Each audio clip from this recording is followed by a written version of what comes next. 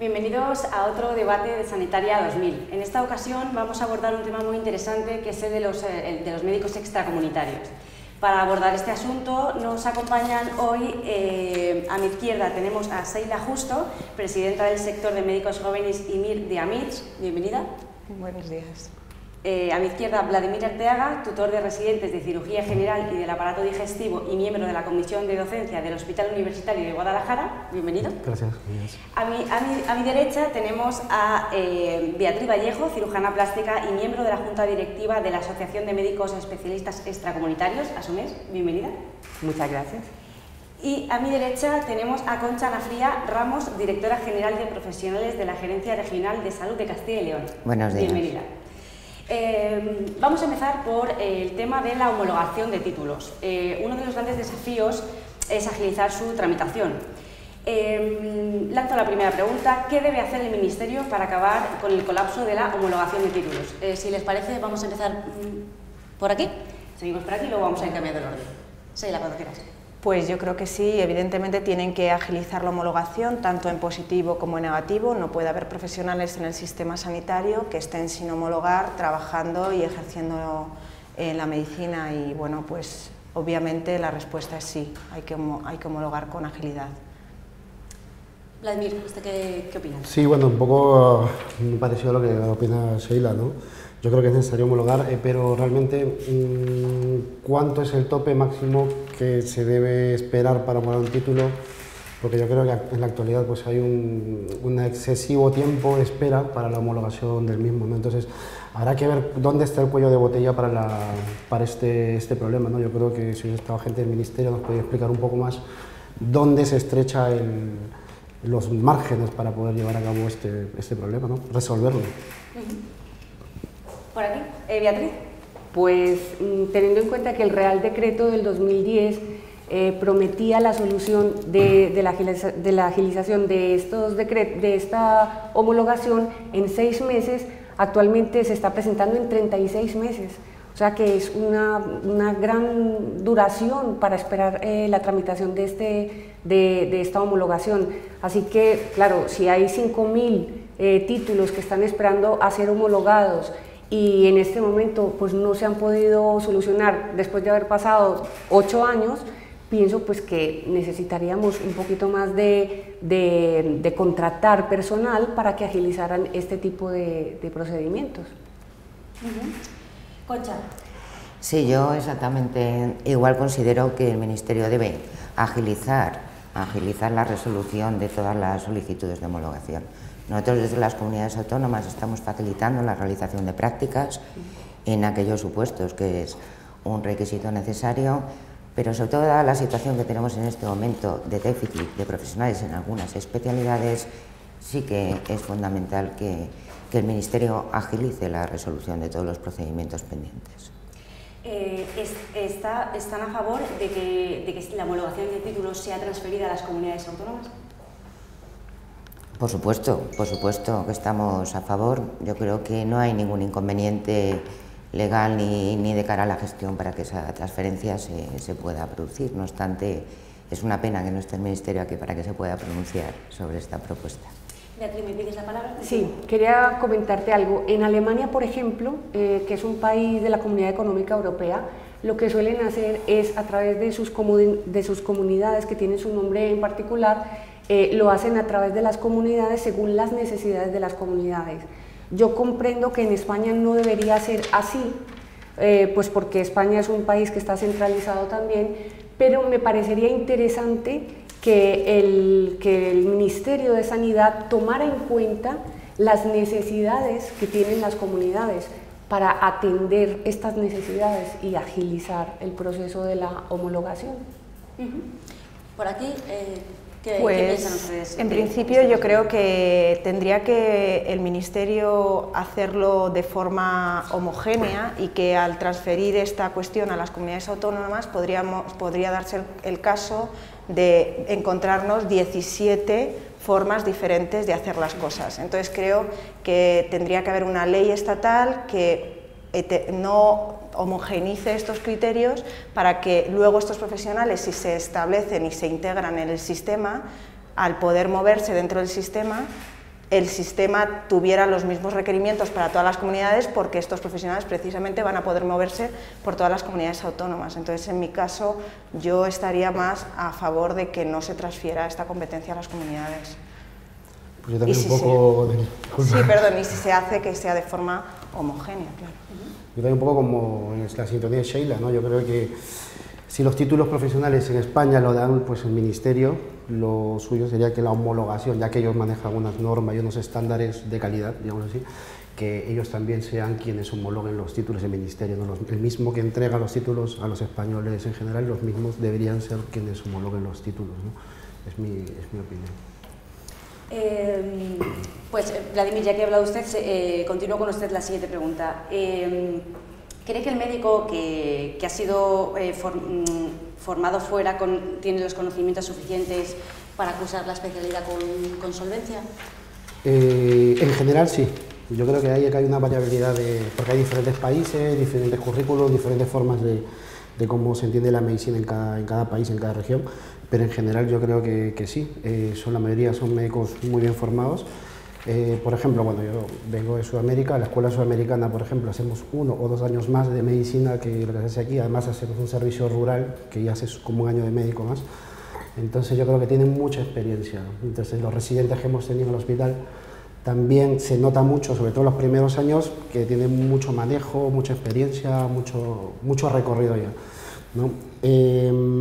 Ahora, sobre la prueba, una falta que certificara que un médico puede cursar la especialidad, pues yo creo que la prueba más dura que se pasa es la del MIR, ¿no? O sea, el MIR es una prueba tremenda que hay que estudiar mucho, son 5 horas de exámenes, con una competencia feroz, con un 4% además limitada a las plazas, entonces yo creo que en ese sentido, pues yo creo que no hay ningún problema con los médicos que vienen de afuera para empezar a hacer una especialidad, ¿no? O sea, ¿no cree que haría falta una prueba aquí para un poco...?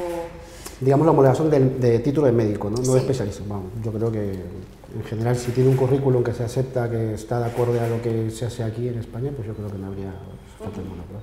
¿Sheila? Con respecto a si los médicos de fuera están formados adecuadamente en conocimientos, pues esto lo tendrá que decir la homologación, si está aceptable o no el profesional para ejercer la medicina.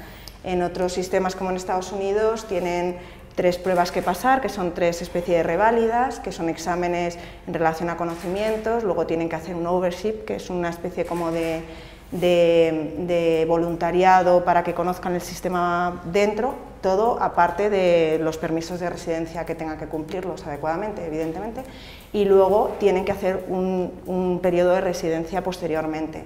Con respecto a lo que decía el compañero de si están formados o no, evidentemente el MIR sería una forma de saber si están formados, porque ahí sí serían licenciados que acuden al país para ejercer la medicina, pero hay muchos médicos extracomunitarios que no están formados vía MIR y que habría que homologar sus títulos de especialistas en el país para que puedan ejercer la medicina, porque en Europa solo pueden trabajar los médicos que tienen especialidad hecha vía MIR o equivalente, en este caso si están homologados.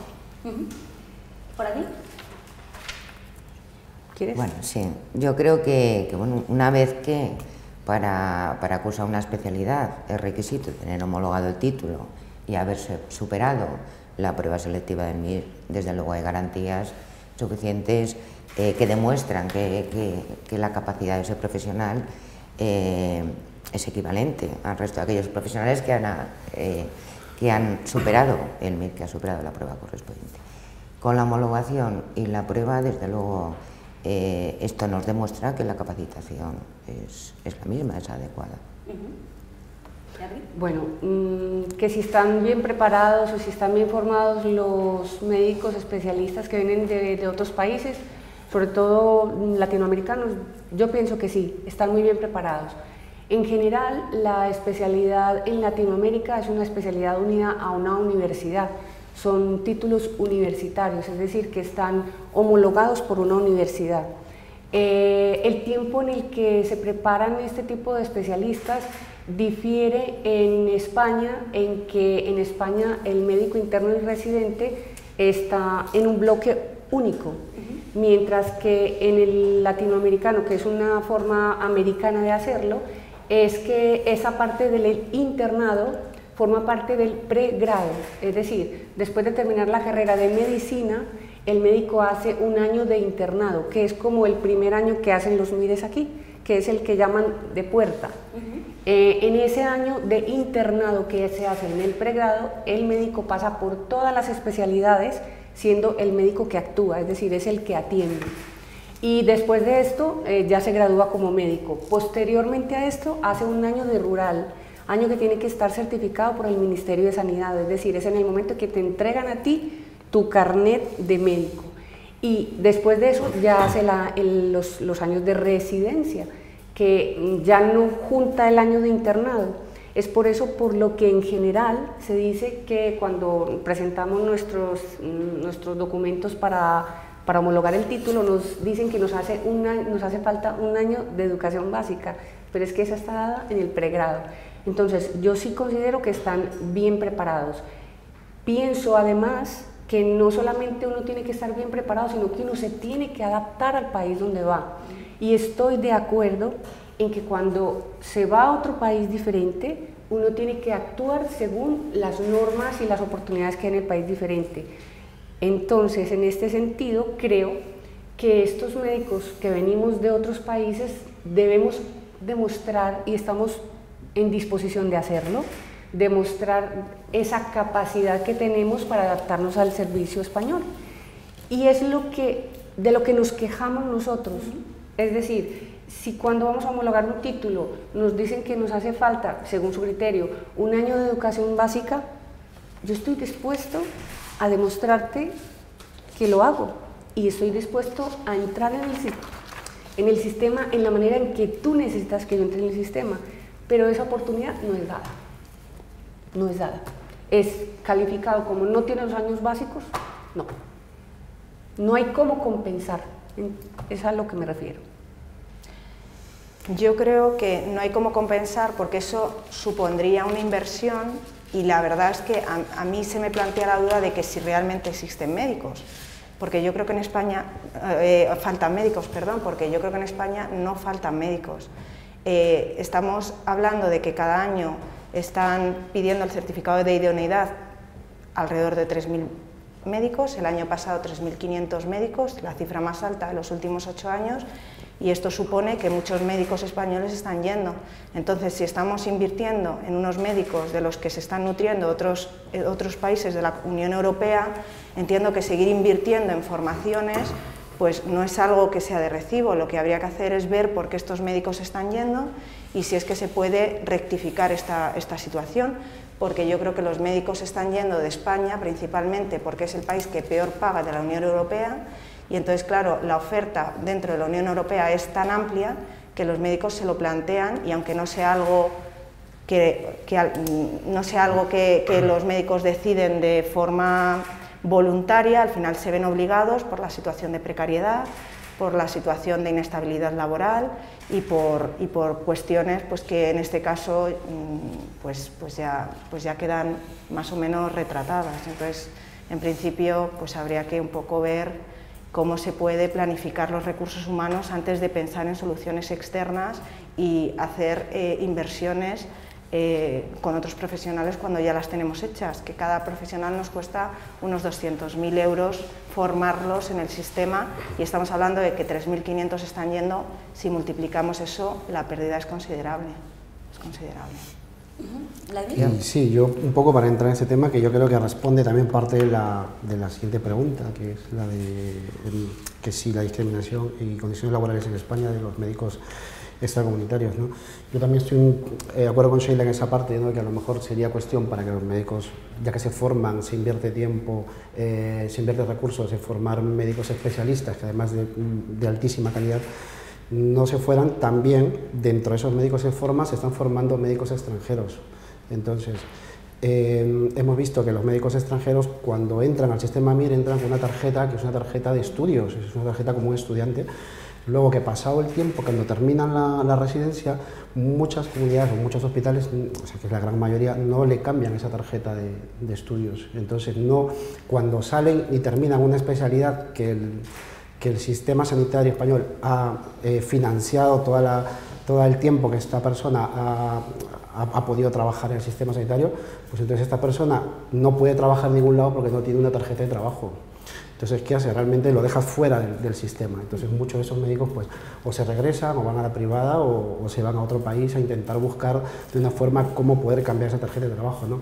Y eso también, pues a lo mejor hay un poco también, entramos a lo que decía un poco Sheila, ¿no? Que sería que los profesionales que realmente salen de esta formación, ¿qué se hace con ellos, ¿no? Tanto españoles como extranjeros que se han formado, que han invertido 5, 4 o 8 años de su vida allí, y entonces, ¿qué se hace con ellos, ¿no? Entonces, yo creo que eso también sería un tema para poder tomar nota, ¿no? Sí, yo creo en relación con las dos cuestiones planteadas, sí, efectivamente, cuando el profesional extracomunitario está haciendo la residencia tiene un permiso para la formación. Lógicamente, luego para incorporarse a un puesto de trabajo precisa de un permiso de residencia. Pero esto no es el hospital quien lo tramita, o sea, depende de las normas de extranjería. Es realmente el Ministerio del Interior que tiene competencia para conceder o no ese permiso de residencia. Y es un poco la pescadilla que se muerde la cola, porque legalmente no te puedes incorporar al sistema público si no tienes ese permiso de residencia. No se puede hacer un nombramiento y no te dan el permiso de residencia si no tienes un contrato correspondiente. Entonces sí, en relación, ahí hay una dificultad importante respecto a cómo conseguir el permiso de residencia antes para poder incorporarme al mercado laboral. En segundo lugar, respecto de la situación de precariedad, sí es verdad, es algo que no se puede discutir, que bueno, hemos tenido un periodo donde las retribuciones se han reducido, donde la posibilidad de ofertar empleo público por parte de las administraciones han sido durante unos años cero, prácticamente cero. Pero yo creo que esa situación está revirtiendo poco a poco.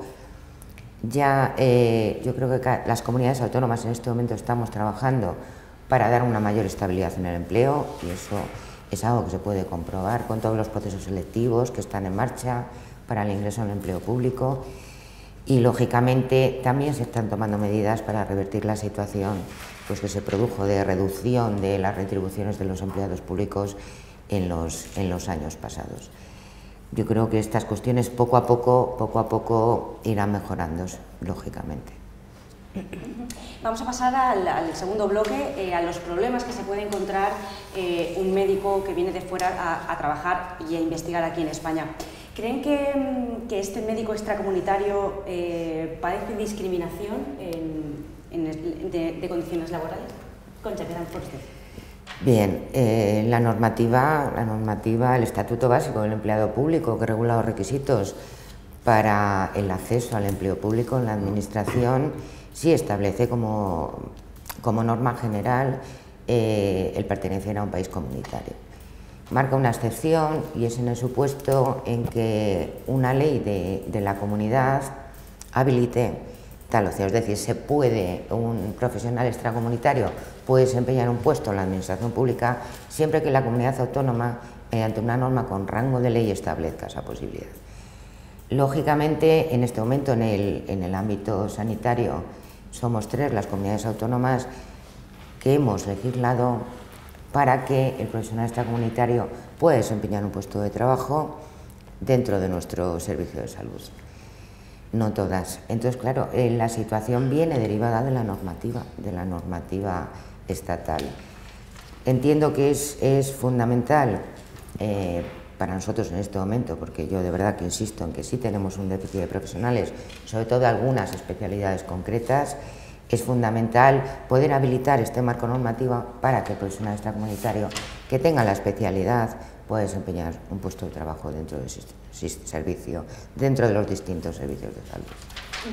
¿Beatriz cree que hay discriminación con las condiciones laborales de este médico? Desde luego que las hay.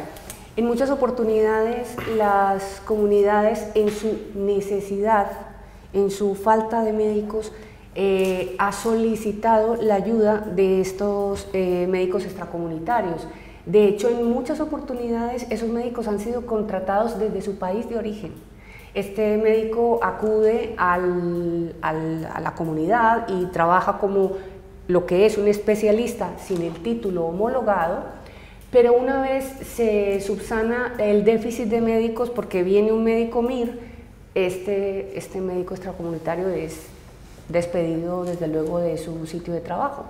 Y de hecho en muchas oportunidades, teniendo conocimiento de que este es un especialista de otro país, aunque no tenga el título homologado, como el servicio lo necesita, lo contrata bajo otro nombre, no como un especialista, pero actúa como especialista.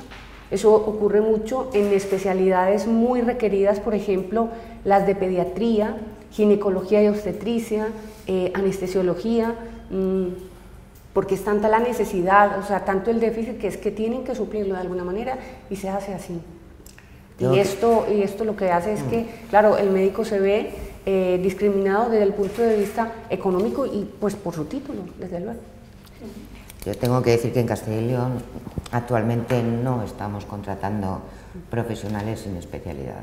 Cuando yo decía que habilitamos para que los profesionales extracomunitarios puedan desempeñar un puesto de trabajo con carácter interino, cuando habilitamos en la norma con rango legal suficiente para ello, estaba hablando de especialistas.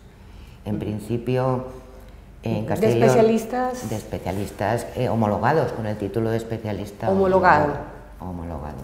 Nosotros en Castilla y León sí que inicialmente nos estudiamos la posibilidad de contratar licenciados en cirugía sin especialidad, pero no la hemos llevado a cabo. De hecho, todas las sociedades científicas están en contra, los sindicatos, prácticamente todos representados en la mesa sectorial, en contra, y nosotros en Castilla y León no hemos contratado licenciados sin especialidad para desempeñar un puesto de trabajo. Sin especialidad homologada. Sin especialidad homologada. Sin el MIR.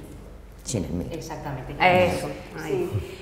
Por aquí, Vladimir, ¿usted cómo lo ve? Sí, un poco también con lo que decía Beatriz, ¿no? Al final, un poco lo que ella decía es que los médicos extracomunitarios están siendo usados y al final se convierte como un trabajador de segunda categoría, ¿no? Que tú puedes usar, quitar y poner y echar cuando lo consideres, ¿no?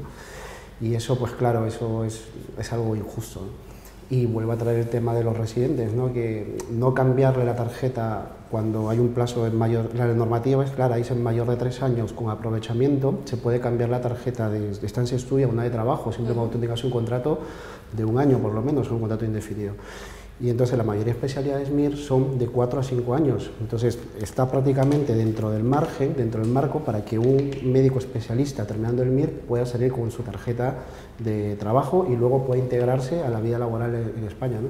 Sin embargo, no se hace esto y entonces pues la mayoría de médicos terminan siendo expulsados del sistema cuando el mismo sistema los ha formado, ¿no? Yo creo que ese es un problema que también se debería tocar y que yo creo que se debería solucionar, ¿no? ¿Seila?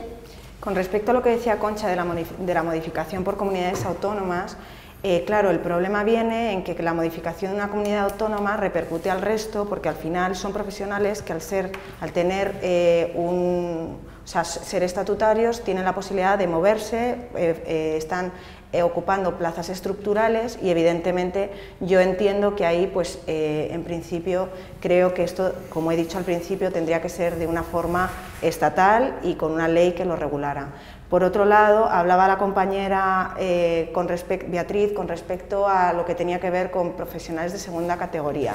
Yo creo que en este caso lo que ella hablaba de profesionales que no están homologados no es que sean de segunda categoría, es que a mí lo que me parece grave es que estén trabajando en el Sistema Nacional de Salud sin estar homologados. No es que sean de segunda categoría, sino que no tendrían que estar trabajando en el Sistema Nacional de Salud, porque si esto es un requerimiento que se está solicitando a todos los profesionales de la Unión Europea, no entiendo la excepcionalidad en el caso de los extracomunitarios.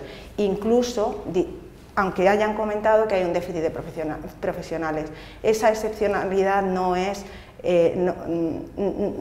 no cubre la posibilidad de que un médico sin la homologación adecuada esté ejerciendo la profesión, porque esto para los pacientes puede ser un perjuicio, además un perjuicio de equidad, porque hay pacientes que tienen un médico que cumple la normativa y otros pacientes que no lo tienen. Eso ya en principio no tendría ni que darse. Entonces, segunda categoría o no, porque se está un poco saltando la ley.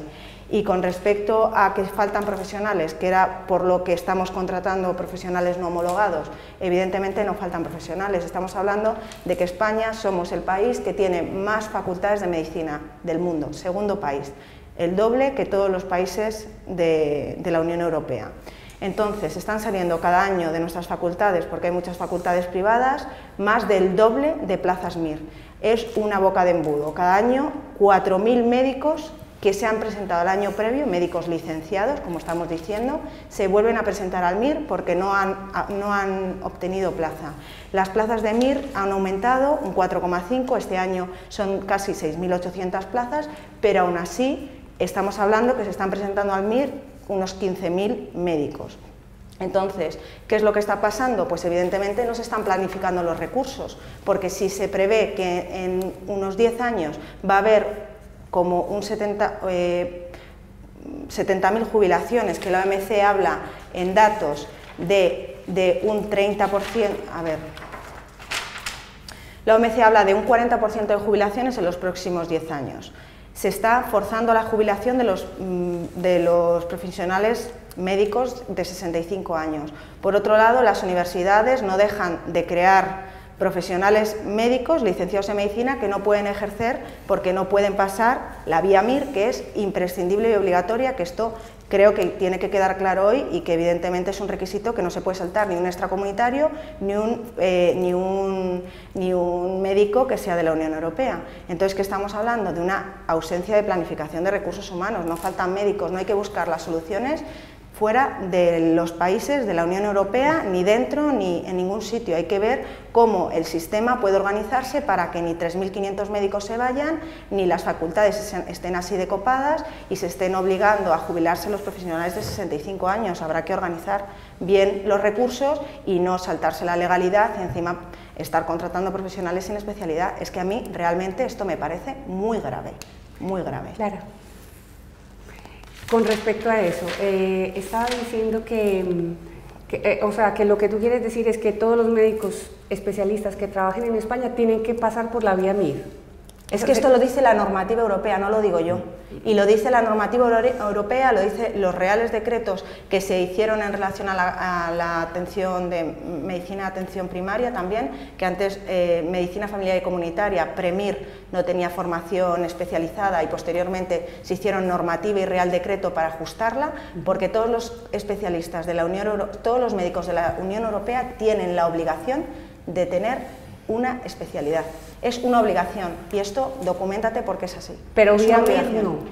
No, vía MIR, es una obligación. No, porque eso contradice el Real Decreto del 2010.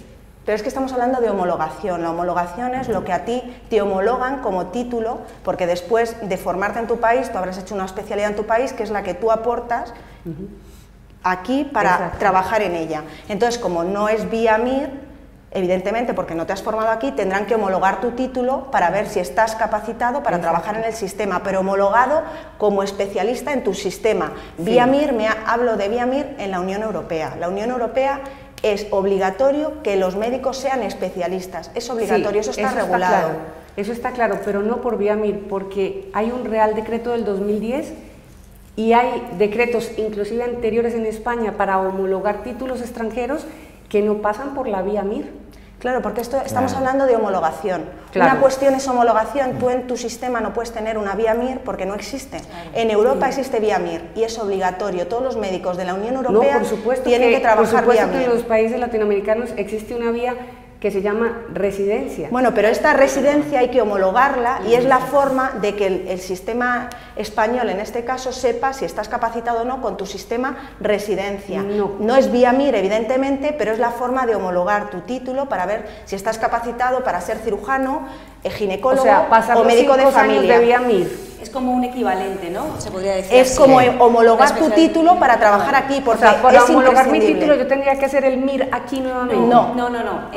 Como allí no se reconoce el MIR como tal, pero tú haces como una residencia, ¿no? Sí. Entonces eso lo traes aquí o vas a la Unión Europea. Y para eso hay unos decretos para hacerlo. Sí. El Real Decreto del 2010 está tratando de hacer eso que está diciendo ella y habla de varias posibilidades que no se han cumplido. A ver, que esto lo hayan aplazado en 6 meses, si el Real Decreto dice que en 6 meses se tiene que homologar el título, es verdad que no se está cumpliendo el Real Decreto, pero tampoco nos echemos las manos a la cabeza, porque hay otros países que tardan 3 y 4 años, como Estados Unidos, que incluso mediante exámenes te están todo el rato dando el visto bueno en relación a tu capacitación. Pero esto es independiente. El Real Decreto solo dice que hay que homologar estos títulos que él ya comprende que son de especialista, claro. Porque en la Unión Europea no se puede trabajar de otra forma que como médico especialista. Es imposible, incluso lo que dice la compañera, se intentó en Castilla y León que los médicos sin especialidad pudieran ejercer por el déficit de médicos que ellos alegan que hay, que yo creo que no existe, es un déficit de planificación, y en este caso ya fue imposible porque todas las sociedades científicas lo vieron clarísimo. Esto no se podía hacer, esto va en contra de la ley. Todos los médicos que ejercen en la Unión Europea tienen que ser especialistas, homologados de sus países con sus sistemas de residencia o por la vía MIR si están en la Unión Europea, pero tienen que cumplir este requerimiento mínimo. Por eso yo le digo que aunque no se cumpla, como bien insistes, el Real Decreto en los 6 meses, este Real Decreto... No solamente eso, hay una parte del Real Decreto que habla de la disposición transitoria tercera. Es una disposición en la cual dice el Real Decreto que para el año 2010 aquellos médicos que demuestren haber trabajado por lo menos durante un año, fíjate, en todo lo que es la situación sanitaria española, y que tuvieran una carta de su jefe de servicio o del director del hospital en la que hable de su actividad como lo que está haciendo allí y estuvieran de acuerdo, a esos médicos les iban a homologar el título. Se acogieron más o menos 1.257 médicos, ninguno ha sido aprobado. A ver, yo lo que he leído, que en este caso se tendría que, como ha dicho Concha, pronunciar el Ministerio, yo lo que he leído que a veces no son incluso dificultades del propio sistema español, sino de los países de origen para aportar la documentación que el médico requiere para ser homologado. Esto es lo que ellos alegan, pero no tenemos aquí a nadie presente para decirlo. Incluso hay veces que son cuestiones de recursos humanos, no tienen suficiente personal que se esté ocupando de esta cuestión en concreto, pero esto no quita a que, bueno, pues si se homologan es porque se considera que el médico es un médico especialista que tiene las capacidades suficientes para trabajar en el sistema nacional español y en la Unión Europea, es lo único. Concha, me pedías la palabra. Sí. Vamos un poco justos de tiempo. Solo dos conceptos claros. El primero es en relación, yo cuando hablo de déficit hablo de especialistas y por supuesto eso está relacionado directamente con la planificación de la formación especializada. Tiene una relación directa con las plazas que se convocan todos los años para formación sanitaria especializada, vía MIR, Es cierto que tenemos déficit de especialistas en algunas especialidades muy concretas y además todas las comunidades coincidimos en cuáles son, todas, familia, anestesia, todas coincidimos, pediatría. Entonces lo que tenemos que hacer, lo que debemos de hacer las comunidades autónomas junto con el Ministerio en la Comisión de Recursos Humanos del Sistema Nacional de Salud es planificar, ponernos de acuerdo y convocar más plazas de residentes de formación especializada respecto de aquellas especialidades deficitarias. De nada vale que yo en Castilla y León este año haya aumentado el número de residentes respecto de esas especialidades deficitarias, porque luego lo mismo, si no lo hace el resto de las comunidades, no se van a quedar trabajando en el servicio de salud donde se han formado. Entonces esto requiere una planificación a nivel nacional, que sean todas las comunidades autónomas y el Ministerio quien planifique y, por supuesto, se incrementen las plazas vía MIR en relación con las especialidades deficitarias, que además son 4 y son en toda España. Si es que todas las comunidades autónomas coincidimos con qué especialidades son. Y en segundo lugar, quería decir respecto de la prolongación al servicio activo. Yo entiendo que es una medida. Mira, en Castilla y León el 33% de los profesionales que han cumplido 65 años han decidido continuar, han decidido seguir. Lógicamente es una medida fundamental precisamente para reducir ese déficit del que hablábamos. Además es una es una situación voluntaria, voluntariamente se decide si se sigue o no, y desde luego esto va a permitir que profesionales suficientemente, por supuesto, cualificados puedan continuar realizando su actividad, y por lo tanto es una de las medidas, que va a permitir paliar ese déficit que tenemos en este momento. Vamos a empezar con usted, Vladimir. En cuanto al acceso de los puestos de gestión del médico extracomunitario, ¿cree que hay un acceso sencillo? Bueno, usted antes decía que a veces se consideran como unos ciudadanos de segunda categoría, ¿no? Por lo que usted me contaba, pero ¿cree ya si llegamos a puestos de gestión, como...? Es más complicado. Claro, entiendo. Es que si no pueden integrarse ni siquiera al mercado laboral haciendo guardias o lo que sea, porque no son contratados porque partimos de que tienen un problema legal, entonces ya creer que puedan trabajar o aportar algo más, eso pues es bastante complicado. Es cierto que en algunas comunidades, algunas personas individualmente han podido lograr o han podido hacer ciertas cosas, pero yo veo más como un tema muy puntual que sea una forma general, ¿no?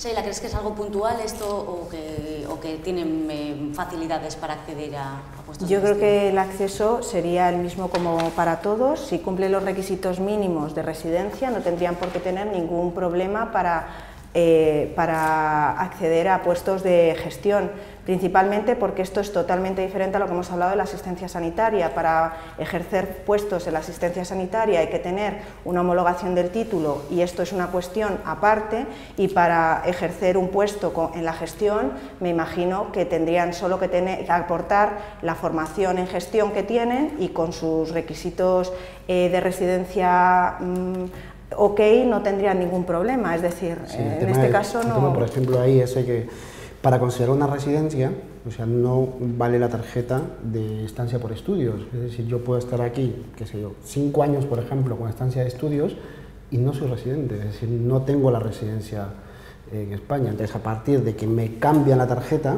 recién tengo un día de residencia. Entonces, ese es un problema que, claro, lo repetía hace un momento, que nos limita en muchas cosas, en muchas actividades, tanto en la actividad docente como asistencial, como en otros tipos de actividades. Claro, pero estarás conmigo que no es una cuestión de discriminación, es una cuestión de residencia y de cumplimentar los permisos. Creo que acá hay una cuestión de discriminación en el sentido de que si tú tienes un MIR que está haciendo una actividad laboral y le estás pagando por una actividad laboral de trabajo, igual que el resto de sus compañeros españoles, obviamente que deberías darle un contrato, y además firma un contrato de trabajo, deberías darle una tarjeta de trabajo, no una estancia por estudios. O sea, yo creo que ahí hay un problema que se debe resolver, claro. Claro, con respecto a la residencia, cada país tiene unas restricciones en relación a cómo deja a los foráneos, porque me estoy ahora pensando en el caso de Estados Unidos. Los permisos de residencia en Estados Unidos no son fáciles y no es una cuestión de discriminación, es una cuestión de limitaciones que pone el propio país. Pero si hablamos de una cuestión de discriminación hacia los profesionales extracomunitarios por ser extracomunitarios, no es en ningún caso eso, es una cuestión de restricción del propio país. Si el profesional, teniendo los permisos adecuadamente al día, puede acceder porque tiene la formación específica, en principio no creo que haya ninguna discriminación al respecto. Yo creo que volvemos a lo mismo, porque luego se plantea de que hacen falta médicos y que hay que traerlos fuera, que se formen fuera, que homologamos o que no homologamos, cuando la verdad es que se está formando médicos aquí y luego se les está echando. O sea, no solo médicos españoles, sino médicos extranjeros por un tema administrativo, pero sin embargo luego decimos que vengan otros médicos y homologuemos las especialidades deficitarias. Es que hay una incoherencia. Claro. ¿Es una incoherencia? Es una incoherencia. Bien, hablábamos antes de bueno, que el permiso de residencia no se obtiene automáticamente, pero claro, si es que son las normas de un país determinado para un profesional que no tiene, o cualquier ciudadano que no tiene la nacionalidad española, pueda seguir aquí trabajando. Con lo cual, yo creo que este tema excede del ámbito sanitario, por supuesto, porque estamos hablando ya de otras consideraciones, de extranjería, de toda la normativa. ¿Que es una dificultad? Pues sí puede ser un impedimento en un momento determinado. Pero yo creo que una vez que el profesional extracomunitario se incorpora dentro del servicio de salud, no hay limitaciones para el acceso a un puesto de gestión. no tiene por qué haber, una vez que está dentro del sistema trabajando, yo entiendo que no tiene por qué haber, que no existe ninguna discriminación para acceder a un puesto de gestión determinado. Beatriz, ¿crees que hay dificultades para un médico extracomunitario acceder a un puesto de gestión? Sí, lo que han dicho estoy de acuerdo. Estupendo. ¿Creen ustedes que la universidad o los centros de investigación españoles integra también a un médico que no solo trabaje, sino que quiera emprender pues una carrera investigadora? Sí. Beatriz, comenzamos por usted. Sí, no, de hecho sucede en frecuentes oportunidades que ingresan a hacer investigación. Eso está bien y no, por esa parte no hay como ningún obstáculo. ¿Concha? No, yo creo que tampoco hay obstáculos. ¿Hay obstáculos para esto? Yo creo que, bueno, la parte de investigación, desde ya pues hay un déficit importante en cuanto a la financiación de diferentes partes de la investigación, ¿no? Hay muchas universidades que han tenido que cerrar departamentos por falta de financiación, no el tema de investigación. Entonces, desde ya para los españoles, antes que era bastante más asequible poder dedicarse a investigación, para en general los españoles y más también para los extranjeros, pues esto se ha reducido bastante, ¿no? Sin embargo, se sigue haciendo investigación de forma heroica, la verdad. En nuestro hospital hacemos investigación de forma heroica, quedándonos tarde, o sea, trabajando mucho y que eso no es una cosa, no es remunerada. Pero obviamente, tal vez el sistema sanitario español, una de las cosas punteras que tiene y que se debe estar orgulloso de ello es la investigación y que eso se acoge a todos y es una cosa muy, muy democrática en ese aspecto. Vamos a pasar ya al tercer bloque, que es la relación del profesional con el paciente, y para ello les lanzo pues, dos preguntas, las voy a juntar por tiempo. Si creen que el paciente recibe con la misma confianza o agrado a un médico extracomunitario y si creen que es necesario que este médico extracomunitario tenga una lengua materna distinta para una correcta asistencia al paciente. ¿Cómo lo ven? Concha, empecemos por usted. Bien, yo creo a la primera pregunta te contestaría que yo creo que el paciente no va a plantear ningún inconveniente ni ninguna diferencia, porque el hecho de que es el profesional que le está atendiendo sea extracomunitario, yo creo que el paciente lo recibe perfectamente. Y en relación con la lengua, yo entiendo que no es necesario, además con el desarrollo de las tecnologías de la información y la comunicación que tenemos hoy, desde luego un profesional especializado en una materia concreta no se le puede exigir a mayores que tengan conocimientos en una, en dos o en 5 lenguas. Yo creo que es un tema fácil de solventar con las tecnologías de la información, perfectamente se puede hacer. Además que hay un lenguaje universal, o sea, exacto. Que en la asistencia sanitaria. Sí. ¿Beatriz? Opino lo mismo que Concha, desde el punto de vista de cómo recibe el paciente a un médico extracomunitario, no veo ningún tipo de restricción, se recibe bien, sobre todo que cuando se produce el acto médico, el paciente va sintiendo cada vez más afinidad o no, lo va a decir el acto médico. El acto médico es el hecho que afirma al paciente que se siente bien atendido, que se siente bien, un médico que lo está atendiendo bien, y pienso que no hay ninguna restricción por ese lado. Y desde el punto de vista del lenguaje, yo pienso que cuando uno se viene a un país, uno debe hablar el lenguaje del país. Y si hay algún tipo de dificultad, lo que dice Concha, las tecnologías nos ayudan y podemos solventar la dificultad. Muy bien, Sheila. Con respecto a la confianza o agrado, evidentemente depende del médico, no depende del país del país de origen del médico. Y bueno, pues si la lengua materna u otras lenguas, pues evidentemente siempre es un añadido saber idiomas y poderlos aportar al trabajo diario o a cualquier cuestión que acontezca, y en principio pues no debería ser un añadido, pero no un requerimiento ni nada por el estilo. Vladimir, ¿usted? Igual que el resto de compañeros. Hay consenso. Sí, esto sí. Y finalmente vamos a pasar a las conclusiones. Vamos a resumir cada uno un poco en una frase o dos frases pues, a las principales conclusiones del tema de los médicos extracomunitarios. Vamos a empezar por aquí, si les parece. Vale. Bueno, como conclusión, pienso que el Ministerio debería tener un poco más de respaldo en contratación para solventar el estudio de todos los expedientes que hay pendientes.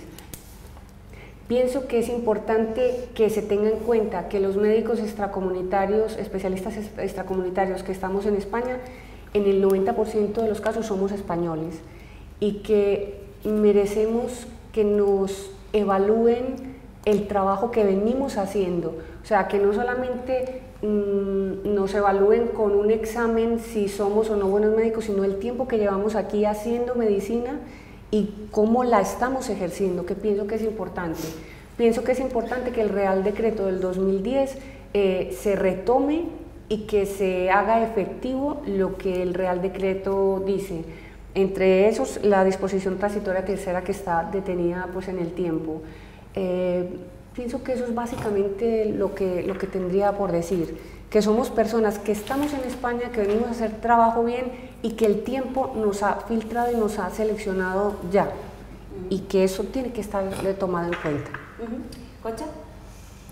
Bien, yo creo que lo primero y fundamental es resolver los procedimientos de homologación de títulos que se encuentran, vamos, que están pendientes, y por supuesto el acceso a los servicios de salud en condiciones de igualdad respecto del resto de los profesionales. Sí es verdad que tenemos que una tarea pendiente de adaptar la oferta formativa a las necesidades reales de especialistas, con la finalidad de paliar el déficit que tenemos en este momento. Y por supuesto yo entiendo que no hay ni en este momento ninguna diferencia para el acceso a puestos de gestión, ninguna, en eso estamos todos de acuerdo, ni siquiera ninguna diferencia en cómo el paciente recibe al médico o cómo se siente tratado por un médico por el hecho de que sea extracomunitario. Vladimir, ¿usted? Bueno, pues un poco, en resumen, lo que podría tomar es agilizar lo que vendría a ser la tramitación, sea positiva o negativa para los que han solicitado la homologación. Creo que también se debería mejorar las condiciones laborales de los médicos que ya están aquí para evitar que se vayan, intentar hacerlo por temas económicos, a lo mejor por condiciones laborales mejores, a lo mejor por puntaje en OPE, no sé, alguna forma de que algunas plazas que sean de difícil acceso puedan ser más atractivas para ellos. Ajustar también la legislación en cuanto a la tarjeta sanitaria, la estancia por estudios, intentar cambiarla inmediatamente por una tarjeta de trabajo para los MIRES extracomunitarios. Yo creo que para mí eso sería lo más importante en esto. ¿Seila? Pues en principio una de las preguntas era si el médico extracomunitario es imprescindible para la falta de médicos, y lo que yo pondría sobre la mesa es si realmente faltan médicos. Creo que no faltan médicos, aunque se amplíe la oferta de médicos MIR, siempre va a faltar médicos si no se mejoran las condiciones laborales. Este año ha sido el año que más médicos han pedido el certificado de idoneidad, 3.525, y esto, si no se rectifica, vamos a tener un problema a largo plazo y sería una pena perder un bien del país, un servicio para el país que se puede gestionar adecuadamente planificándolo, y que otros países se estén beneficiando de los grandes profesionales que formamos aquí vía MIR y que los estamos perdiendo cada día con la fuga de fonendos debido a las condiciones laborales. Así que no faltan médicos, no hay que buscar soluciones fuera, hay que buscar soluciones dentro, con los médicos nuevos y nuestros médicos jóvenes. Pues muchísimas gracias a todos ustedes y hasta aquí el debate. Muchas gracias.